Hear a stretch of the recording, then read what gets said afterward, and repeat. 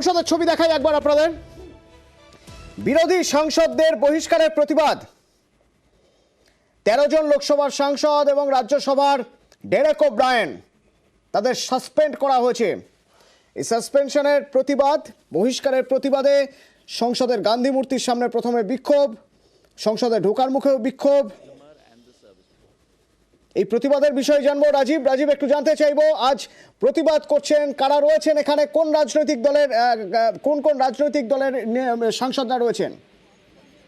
দেখো, আমরা জানি গতকাল লোকসভা এবং রাজ্যসভায় এই নিরাপত্তা বিঘ্নিত হওয়ার ইস্যু তুলে এবং হইহট্টগোল করার অভিযোগে রাজ্যসভা থেকে 14 জন এবং লোকসভা থেকে ডেরেক ওব্রায়েন মোট 15 জন সাংসদকে সাসপেন্ড করা হয়েছে চলতি শীতকালীন অধিবেশন থেকে।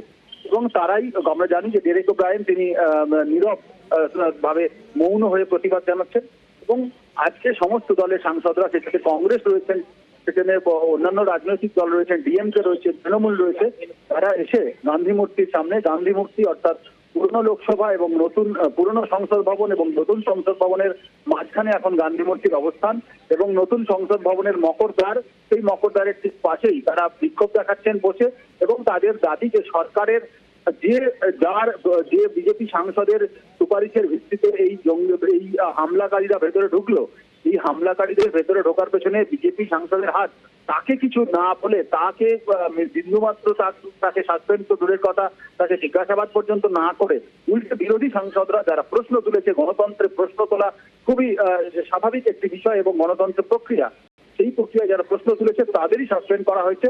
এর প্রতিবাদেই মূলত গান্ধী মূর্তির সামনে। ধন্যবাদ।